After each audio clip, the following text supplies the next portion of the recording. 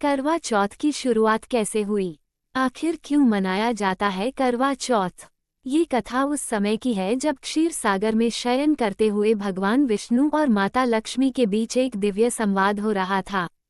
माता लक्ष्मी ने अपने प्रभु से पूछा, हे नाथ, इस धरा पर स्त्रियां अपने पति की दीर्घायु के लिए करवा चौथ का व्रत क्यों रखती हैं?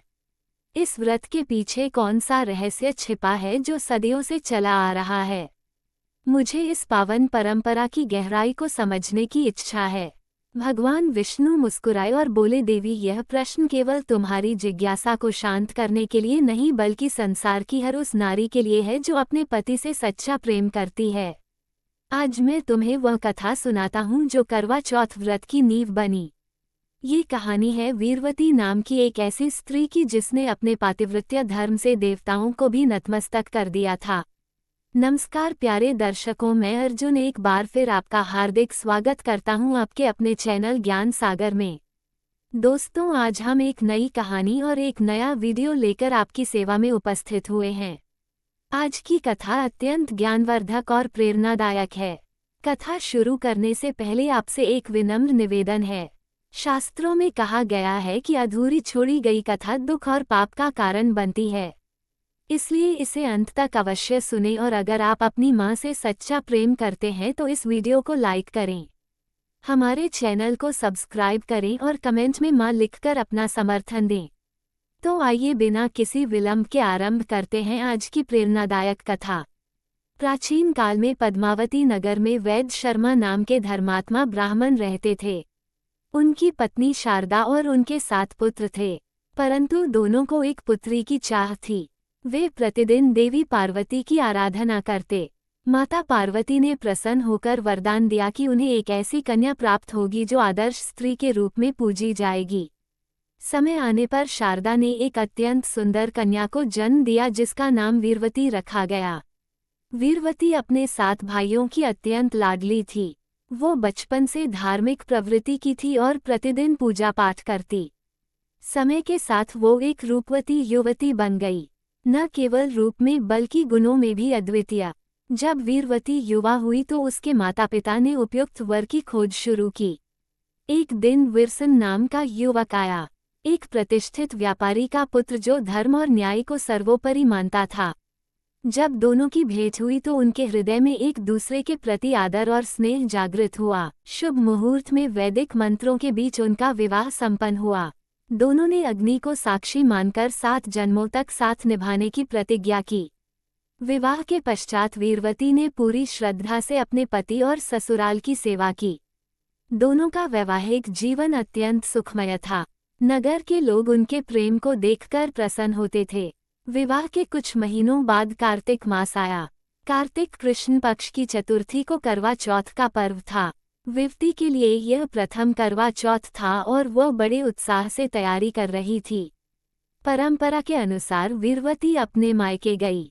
करवा चौथ के दिन उसने प्रातःकाल स्नान किया, सर्गी ग्रहण की और व्रत का संकल्प लिया। उसने पूरे दिन निर्जल उपवास रखा, परंतु व्रत इतने लंबे उपवास की अभ्यस्त नहीं थी। सूर्यास्त के बाद भी चंद्रोदय में समय था। वीरवती को अत्यधिक भूख प्यास लगने लगी। उसका शरीर कमजोर होने लगा और चक्कर आने लगे। वीरवती के 7 भाई अपनी बहन की दशा देखकर व्याकुल हो गए। उन्हें उसका कष्ट सहन नहीं हुआ। उन्होंने एक योजना बनाई। भाइयों ने पीपल के वृक्ष के पीछे बड़ी अग्नि जलाई। उसकी लपटें इतनी तेज थी कि दूर से ऐसा लगता था मानो चंद्रमा उदय हो गया हो। सबसे बड़े भाई ने वीरवती को बुलाया और कहा, प्रिय बहन, देखो, चंद्रमा उदय हो गया है, अब तुम व्रत तोड़ सकती हो। वीरवती ने बाहर देखा और प्रकाश को चंद्रमा समझ लिया। उसने अपने प्रिय भाइयों पर विश्वास किया और व्रत तोड़ने की तैयारी की। परंतु जैसे ही उसने भोजन का पहला ग्रास मुख में रखा, आकाश में बिजली कड़की। वीरवती को एक दिव्य दृष्टि हुई। उसके पति को कुछ हो गया है। उसका हृदय जोर से धड़कने लगा। वीरवती तुरंत अपने ससुराल के लिए निकल पड़ी। जब वह पहुंची तो पूरा घर शोक में डूबा था। वहां उसने वह दृश्य देखा जिससे उसकी आत्मा काम गई। उसके प्रिय पति का निर्जीव शरीर भूमि पर पड़ा था। वीरवती चीख उठी और अपने पति के शरीर को गोद में लेकर फूट फूट कर रोने लगी। उसकी सास ने बताया कि व्रत के दौरान अचानक वीरसेन को चक्कर आया और वे नहीं बचे। वैद्य ने कहा कि यह किसी अभिशाप का परिणाम है। वीरती को अपनी भूल का एहसास हो गया। उसने चंद्रोदय से पूर्व व्रत तोड़ दिया था। उसने अपने पति के शरीर को छाती से लगाया और प्रभु से प्रार्थना की, मुझसे भूल हो गई, कृपया मेरी यह भूल क्षमा करें और मेरे पति को जीवन दान दें। वीरती ने सती होने का निर्णय लिया। जब वीरती चिता के साथ सती होने के लिए तैयार हो रही थी, तभी आकाश में दिव्य प्रकाश प्रकट हुआ। उसमें से माता पार्वती प्रकट हुई। वीरवती उनके चरणों में गिर गई और रोते हुए बोली, हे माता, मुझसे बड़ी भूल हो गई है, कृपया मेरी भूल क्षमा करें और मेरे पति को जीवन दान दें। माता पार्वती ने करुणा भरे स्वर में कहा, पुत्री, तुम्हारा प्रेम सच्चा है और तुम्हारा हृदय पवित्र है।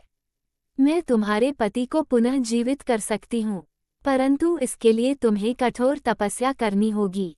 वीरवती तुरंत बोली, हे माता, मैं किसी भी कठिनाई का सामना करने के लिए तैयार हूँ। माता पार्वती ने कहा, तुम्हें प्रतिवर्ष करवा चौथ का व्रत पूर्ण श्रद्धा से रखना होगा। सूर्योदय से चंद्रोदय तक निर्जला उपवास रखना होगा। यदि तुम पूरी निष्ठा से यह व्रत रखोगी तो तुम्हारे पति को पुनः जीवन मिलेगा। माता ने आगे कहा, यह मार्ग आसान नहीं है, तुम्हें अनेक कठिनाइयों का सामना करना पड़ेगा, परंतु यदि तुमने विश्वास नहीं खोया तो तुम्हारी मनोकामना अवश्य पूर्ण होगी। माता पार्वती ने वरदान दिया कि वीरसेन का शरीर 1 वर्ष तक ऐसे ही रहेगा जैसे वह सो रहा हो। माता पार्वती के अंतर्ध्य के पश्चात वीरवती ने कठोर तपस्या प्रारंभ कर दी। उसने अपने पति के शरीर को एक पवित्र कक्ष में रखवाया और फूलों से सजाया। वीरवती का जीवन अब केवल तपस्या और प्रार्थना में व्यतीत होने लगा। वो प्रतिदिन प्रातःकाल उठती, स्नान करती, पूजा करती और मंत्र जाप करती। वो अल्पाहार लेती और रात्रि में अपने पति के पास बैठ जाती। नगर के लोग उसे पागल कहते थे, परंतु वीरवती को किसी की बातों से फर्क नहीं पड़ता। उसकी सास ने समझाया, बेटी, तुम युवा हो, अपना जीवन इस प्रकार क्यों नष्ट कर रही हो। वीरवती ने उत्तर दिया, माता, मेरे लिए मेरे पति के बिना जीवन का कोई अर्थ नहीं है। मैं माता पार्वती पर विश्वास करती हूँ। मेरा विश्वास कभी नहीं टूटेगा। महीने बीतते गए। वीरवती का शरीर कमजोर हो गया, परंतु उसका मन और भी दृढ़ हो गया। एक दिन ध्यान में उसे दिव्य आवाज सुनाई दी, धैर्य रखो पुत्री, तुम्हारी परीक्षा समाप्ति के निकट है। जैसे जैसे करवा चौथ निकट आया, वीरवती के सामने अनेक परीक्षाएं आई। पहली परीक्षा, एक वृद्ध सन्यासी आया और बोला, तुम्हारी तपस्या व्यर्थ है, तुम्हारा पति कभी जीवित नहीं होगा। वीरवती ने शांति से उत्तर दिया, मैं माता पार्वती के वचन पर विश्वास करती हूँ। मेरा विश्वास मुझे अवश्य फल देगा। सन्यासी मुस्कुराया और अंतर्ध्या हो गया। वह देवराज इंद्र थे। दूसरी परीक्षा, एक धनी व्यापारी ने विवाह का प्रस्ताव भेजा। वीरवती ने दृढ़ता से कहा, मेरे लिए केवल एक ही पति है वीरसेन। यह मेरे पतिव्रत्या धर्म के विरुद्ध होगा। तीसरी परीक्षा, करवा चौथ से कुछ दिन पूर्व वीरवती गंभीर रूप से बीमार पड़ गई। तेज बुखार आ गया। वैद्य ने कहा कि उसकी जान को खतरा है, परंतु वीरवती ने कहा, मैं जानती हूँ ये भी एक परीक्षा है, मैं अपना व्रत नहीं छोड़ूंगी। करवा चौथ से एक दिन पूर्व अचानक उसका बुखार उतर गया। यह माता पार्वती की कृपा थी। अंततः वो दिन आ गया जिसकी प्रतीक्षा वीरवती पूरे वर्ष से कर रही थी। उसने प्रातःकाल स्नान किया और 16 श्रृंगार किया। उसने लाल साड़ी पहनी, सिंदूर लगाया, चूड़ियां पहनी और मंगलसूत्र धारण किया। वीरवती ने सर्गी ग्रहण की और व्रत का संकल्प लिया। पूरे दिन उसने कुछ नहीं खाया, ना पानी की एक बूंद ली। वो निरंतर माता पार्वती का स्मरण करती रही। सूर्यास्त हो गया। वीरवती ने पूजा की थाली सजाई, दीपक, फूल, फल, मिठाई और जल का कलश। वो छत पर गई जहां अन्य स्त्रियां भी चंद्रोदय की प्रतीक्षा कर रही थी। उसका हृदय तेजी से धड़क रहा था। क्षितिज पर धुंधली रोशनी दिखाई दी। धीरे धीरे चंद्रमा उदय हुआ। उसकी कोमल चांदनी ने आकाश को रोशन कर दिया। वीरवती के नेत्रों में आंसू आ गए। वीरवती ने छलनी से चंद्रमा को देखा और प्रार्थना की, हे चंद्रदेव, मैंने पूर्ण श्रद्धा से यह व्रत रखा है, कृपया मेरी मनोकामना पूर्ण करें। उसने चंद्रमा को जल का अर्घ्य दिया। जैसे ही विधि पूर्ण हुई, आकाश में बिजली चमकी और तेज हवा चलने लगी। एक दिव्य आवाज आई, वीरवती, तुम्हारी तपस्या सफल हुई। तुमने अपने विश्वास को नहीं खोया। अब तुम्हारे पति को पुनः जीवन मिलेगा। माता पार्वती और भगवान शिव आकाश में प्रकट हुए। माता ने कहा, तुमने हर परीक्षा सफलतापूर्वक पार की। अब मैं वरदान देती हूँ कि तुम्हारा पति जीवित हो जाएगा। माता ने हाथ उठाया और एक दिव्य प्रकाश विवती के घर की ओर गया। विवती दौड़कर उस कक्ष में पहुंची। वहां अद्भुत दृश्य था। उसके पति के शरीर में जीवन लौट रहा था। उनके नेत्र खुल रहे थे। वे धीरे से उठकर बैठ गए। वीरवती खुशी से रो पड़ी और अपने पति के चरणों में गिर गई। वीरसेन ने उसे उठाया। वीरवती ने सारी कहानी सुनाई। वीरसेन ने उसे गले से लगाया और कहा, तुमने मेरे लिए इतना कष्ट सहा। मैं तुम्हारा ये ऋण कभी नहीं चुका सकता। पूरे घर में खुशी की लहर दौड़ गई। उसी रात माता पार्वती पुनः प्रकट हुई। उन्होंने कहा, आज से तुम्हारी कथा संसार भर में फैलेगी। जो स्त्री पूर्ण श्रद्धा से करवा चौथ का व्रत रखेगी उसके पति को दीर्घायु प्राप्त होगी। माता ने आगे कहा, यह व्रत केवल भूखे प्यासे रहने का नहीं है। यह पातिव व्रत धर्म, विश्वास और समर्पण का व्रत है। जो केवल दिखावे के लिए रखेगी उसे फल नहीं मिलेगा, परंतु जो पूर्ण मन से रखेगी उसकी मनोकामना अवश्य पूर्ण होगी। माता पार्वती ने व्रत की विधि समझाई। प्रातःकाल सूर्योदय से पूर्व सर्गी ग्रहण करें। पूरे दिन निर्जला उपवास रखें। संध्या में श्रृंगार करें। चंद्रोदय पर चंद्रमा को अर्घ्य दें। पति का मुख देखकर व्रत तोड़ें। माता ने कहा, यह व्रत पति के बीच प्रेम और विश्वास को मजबूत करता है। ये स्त्री की शक्ति और समर्पण का प्रतीक है। माता पार्वती के अंतर्ध्य के पश्चात विवती की कथा पूरे नगर में फैल गई। स्त्रियां वीरवती के पास आने लगी और व्रत की विधि सीखने लगी। विवती ने सभी को व्रत का महत्व समझाया। अगले वर्ष पूरे नगर की स्त्रियों ने यह व्रत रखा। धीरे धीरे ये परंपरा पूरे भारतवर्ष में फैल गई। भगवान विष्णु ने माता लक्ष्मी को करवा चौथ व्रत की पूर्ण विधि समझाई। देवी, इस व्रत को पूर्ण श्रद्धा और विधि विधान से करना चाहिए, तभी इसका पूर्ण फल मिलता है। करवा चौथ कार्तिक मास के कृष्ण पक्ष की चतुर्थी को आता है। इस दिन विवाहित स्त्रियां अपने पति की दीर्घायु और सुख समृद्धि के लिए व्रत रखती है। व्रत से एक दिन पूर्व स्त्रियां अपने हाथों में मेहंदी लगाती है। मेहंदी का रंग जितना गहरा होता है उतना ही शुभ माना जाता है। ये पति पत्नी के प्रेम का प्रतीक है। व्रत के दिन प्रातःकाल सूर्योदय से पूर्व स्त्रियां सर्गी ग्रहण करती हैं। सर्गी में फल, मिठाई, सूखे मेवे और अन्य खाद्य पदार्थ होते हैं। ये सास अपनी बहू को प्रेम से देती है। ये सास बहू के प्रेम और रिश्ते का प्रतीक है। सर्गी ग्रहण करने के पश्चात स्त्रियां पूरे दिन निर्जला उपवास रखती हैं। वे ना तो कुछ खाती हैं और ना ही पानी पीती है। ये तप और संयम का प्रतीक है। दिन में स्त्रियां करवा चौथ की कथा सुनती हैं। वे वीरवती और करवा की कथाओं को सुनती हैं और उनसे प्रेरणा लेती हैं। कथा सुनने से व्रत का महत्व और भी बढ़ जाता है।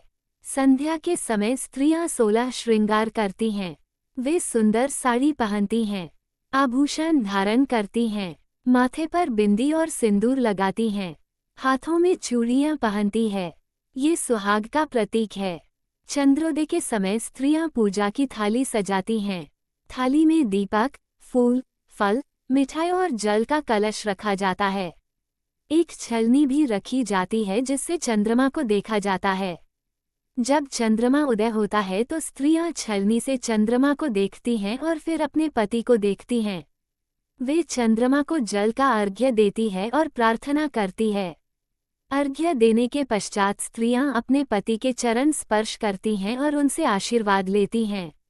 पति अपनी पत्नी को जल पिलाकर और मिठाई खिलाकर व्रत तुड़वाता है। ये पति पत्नी के प्रेम और सम्मान का प्रतीक है। भगवान विष्णु ने कहा, इस प्रकार पूर्ण विधि विधान से किया गया करवा चौथ व्रत अत्यंत फलदायी होता है। इससे पति की आयु बढ़ती है और वैवाहिक जीवन में सुख समृद्धि आती है। भगवान विष्णु ने समझाया, चंद्रमा को मन का कारक माना जाता है। चंद्रमा शीतल, कोमल और सुंदर है। ये प्रेम और भावनाओं का प्रतीक है। करवा चौथ का व्रत चंद्रोदय के पश्चात ही तोड़ा जाता है, क्योंकि चंद्रमा को साक्षी मानकर पत्नी अपने पति की दीर्घायु की कामना करती है। प्राचीन काल में चंद्रमा ने माता पार्वती से वरदान मांगा था कि जो स्त्री मेरे उदय पर मुझे अर्घ्य देगी उसके पति को मेरा आशीर्वाद मिलेगा। माता पार्वती ने चंद्रमा को वरदान दिया कि तुम करवा चौथ के दिन विशेष रूप से उदित होगे और तुम्हारा आशीर्वाद स्त्रियों के पतियों को मिलेगा। छलनी का प्रतीक चंद्रमा को छलनी से देखा जाता है। ये प्रतीक है कि जीवन में कठिनाइयां आती हैं, परंतु प्रेम और विश्वास से उन्हें पार किया जा सकता है। जैसे छली में छेद होते हैं, परंतु फिर भी वह मजबूत होती है, वैसे ही जीवन में समस्याएं होती हैं, परंतु प्रेम सब संभाल लेता है। भगवान विष्णु ने माता लक्ष्मी को व्रत तोड़ने की विधि समझाई। देवी व्रत तोड़ना भी एक विधि के साथ किया जाता है। जब चंद्रोदय होता है तो स्त्रियां छत पर या खुले स्थान पर जाती हैं। वे अपने साथ पूजा की थाली लेकर जाती हैं। सबसे पहले वे चंद्रमा की पूजा करती है, फूल चढ़ाती है और प्रार्थना करती है। फिर वे छलनी से चंद्रमा को देखती है। इसके पश्चात वे अपने पति को छलनी से देखती है। फिर वे चंद्रमा को जल का अर्घ्य देती है। अर्घ्य देते समय वे मंत्र बोलती है और अपने पति की दीर्घायु की कामना करती है। इसके पश्चात वे अपने पति के चरण स्पर्श करती है और उनसे आशीर्वाद लेती है। पति अपनी पत्नी को प्रेम से उठाता है और उसे जल पिलाता है। पहले केवल कुछ बूंदे, फिर धीरे धीरे पूरा जल। फिर पति अपनी पत्नी को अपने हाथों से मिठाई खिलाता है। यह अत्यंत भावनात्मक क्षण होता है। इसके पश्चात पत्नी भोजन ग्रहण करती है, परंतु पहले हल्का भोजन करना चाहिए, क्योंकि पूरे दिन के उपवास के बाद एकदम से भारी भोजन पेट के लिए हानिकारक हो सकता है। भगवान विष्णु ने कहा, इस प्रकार विधि पूर्वक व्रत तोड़ने से व्रत का पूर्ण फल मिलता है। भगवान विष्णु ने अपनी कथा समाप्त करते हुए माता लक्ष्मी से कहा, देवी, ये थी करवा चौथ की संपूर्ण कथा। ये कथा केवल एक कहानी नहीं है, ये जीवन का सार है। करवा चौथ व्रत की कथा समाप्त होती है इस प्रार्थना के साथ, हे माता पार्वती, हे भगवान शिव, आपकी कृपा से विरति को उसका पति मिला। आपकी कृपा से करवा ने यमराज को झुकाया। आज हम भी आपसे प्रार्थना करते हैं, हमारे पतियों को दीर्घायु दें, हमारे जीवन में सुख, शांति और समृद्धि लाएं। जो स्त्री पूर्ण श्रद्धा से यह व्रत रखें, उसकी मनोकामना पूर्ण हो, पतिप के बीच प्रेम बना रहे और उनका जीवन खुशियों से भरा रहे। प्यारे भक्तों, हमें आशा है कि यह कथा आपके जीवन में सकारात्मक बदलाव लेकर आई होगी। कृपया इसे लाइक करें और दूसरों तक पहुंचाने के लिए इसे शेयर करें। अपने श्रद्धा भाव को कमेंट सेक्शन में जय माता पार्वती की लिखकर प्रकट करें। इस कथा को अंत तक देखने के लिए आपका दिल से धन्यवाद। जय करवा चौथ की। मैं